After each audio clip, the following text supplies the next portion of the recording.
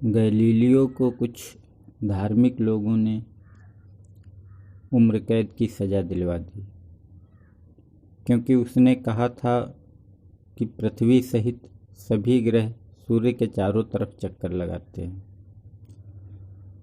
लेकिन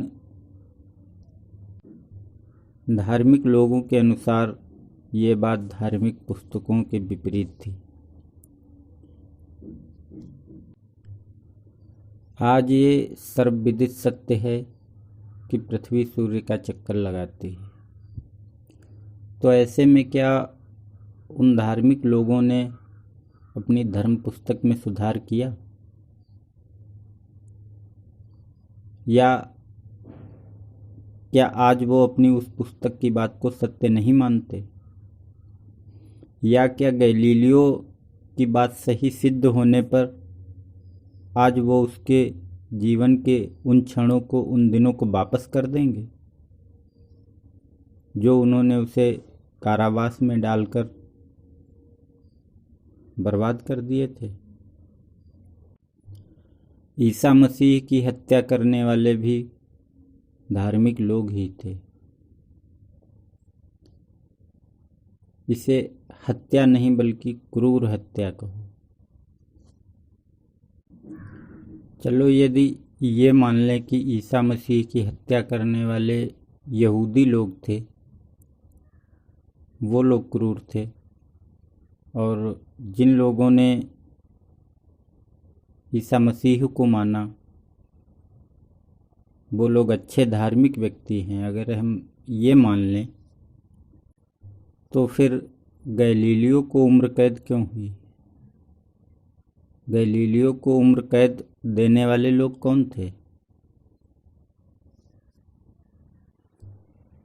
उन धार्मिक लोगों के अनुसार गैलीलियो की बात पवित्र पुस्तक बाइबल के विरुद्ध थी, परंतु वास्तविकता में गैलीलियो की बात सत्यता के अधिक निकट थी, या यूं कहें कि सत्य थी। फिर धार्मिक कौन है? जो सत्य को जानने वाला है वो, या तथाकथित वो धार्मिक जो सत्य को मिटाने के लिए उसकी हत्या कर देते हैं, सत्य को जानने वाले को मार देते हैं? आप उन्हें धार्मिक कहेंगे, या जो सत्य को जानने वाला है वो धार्मिक है? चलो, अब बात करते हैं मंसूर की। मंसूर एक महान सूफी संत थे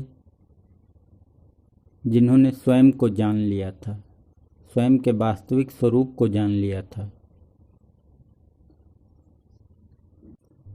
उन्होंने जान लिया था कि उनका वास्तविक स्वरूप ही खुदा है। तो तथाकथित धार्मिक लोगों ने, खुदा के नेक बंदों ने उस खुदा को मिटाने की कोशिश की, उसके हाथ पैर काटे, उसकी निर्मम हत्या की, परंतु वो खुदा न कभी मिटा है। धार्मिक कौन है? वो मंसूर जिन्होंने खुदा को जाना वो, या वो जिन्होंने उनकी हत्या की? खुदा के नज़दीक कौन है? वो जो खुदा को जानने वाला है, या वो जिन्होंने उस जानने वाले की हत्या की? धर्म क्या है? वो जो मंसूर ने कहा, या वो जो हत्या करने वाले जानते थे? अब बात करते हैं रसखान की। रसखान को मंदिर में, कृष्ण के मंदिर में प्रवेश नहीं करने दिया गया। रसखान एक महान कृष्ण भक्त थे और 3 दिनों तक वो मंदिर के द्वार पर, द्वार के बाहर पड़े रहे। तो गाथा कुछ इस प्रकार है कि कृष्ण स्वयं उनसे मिलने के लिए आए। तो धार्मिक कौन था? वो जिससे मिलने स्वयं कृष्ण आए, या वो जिन्होंने मंदिर में प्रवेश नहीं करने दिया कृष्ण भक्त को? कृष्ण किससे खुश होंगे? जिसने मंदिर में प्रवेश नहीं करने दिया उससे, या उससे जो 3 दिनों तक भूखा प्यासा उनकी प्रतीक्षा करता रहा? आज महान कौन कहा जाता है? रसखान, या वो जिसने उनको प्रवेश करने से रोका था?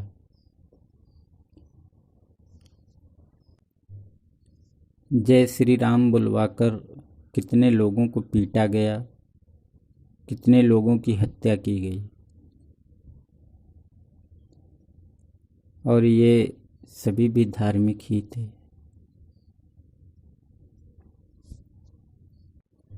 जिन लोगों को पीटा गया या जिनकी हत्या की गई, उन लोगों के हृदय से और उनके परिवार वालों के हृदय से यदि पूछा जाए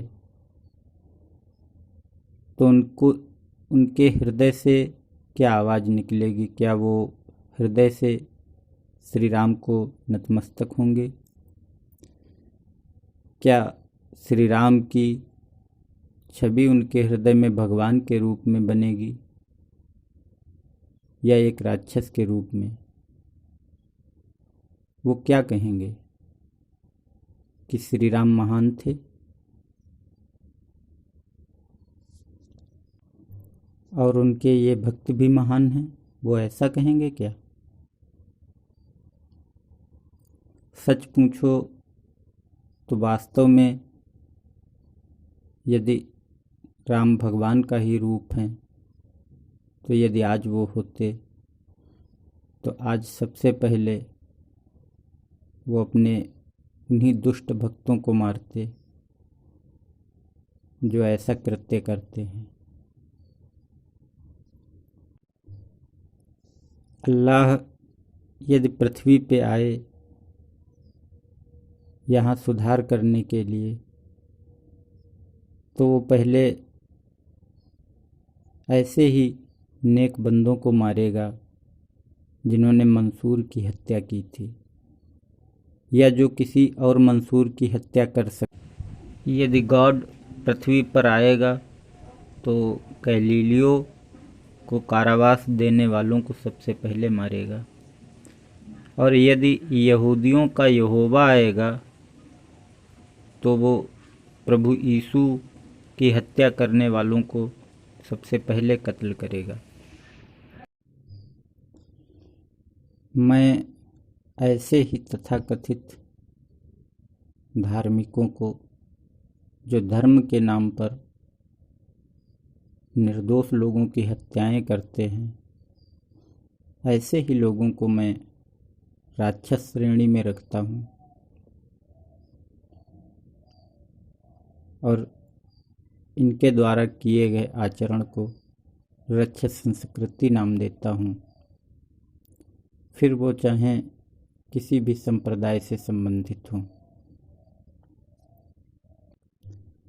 सिर्फ पुस्तकों को रटने से, धर्म ग्रंथों को कंठस्थ करने से न आज तक कोई धार्मिक हुआ है और न कोई धार्मिक होगा।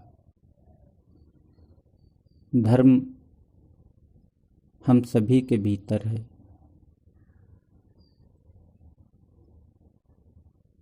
हमें यदि धर्म को जानना है तो सबसे पहले हमें स्वयं को जानना होगा। हम यदि स्वयं को जान सके तो उसके पश्चात हम जो भी बोलेंगे वही धर्म होगा। यदि हम धर्म पुस्तकों को रटकर धार्मिक बनने का प्रयास करेंगे तो हम धार्मिक तो नहीं बन सकते। हाँ, आतंकी बनने की संभावना ज़्यादा प्रबल है। हमारे राक्षस बनने की संभावना अधिक प्रबल है। मोहम्मद हों, ईसा हों, मंसूर हों, कृष्ण हों, बौद्ध हों, जैन हों, यानी कि महावीर या गुरु नानक देव, कोई भी हों, इन लोगों ने स्वयं को जाना, इसीलिए वो धार्मिक हैं। वो ईश्वर तुल्य हैं। यदि हमें धार्मिक होना है तो हमारे लिए भी सिर्फ एक ही मार्ग है, वो है स्वयं को जानना। या जो भक्त हैं उनके लिए परमात्मा को जानना। उसके अतिरिक्त ये जिस तरह के धर्म का प्रचलन है वर्तमान में, इस तरह से तो सिर्फ धर्म का आतंक ही फैलेगा, न धर्म की कोई संभावना होगी और न धार्मिक व्यक्तियों की। आज इतना ही।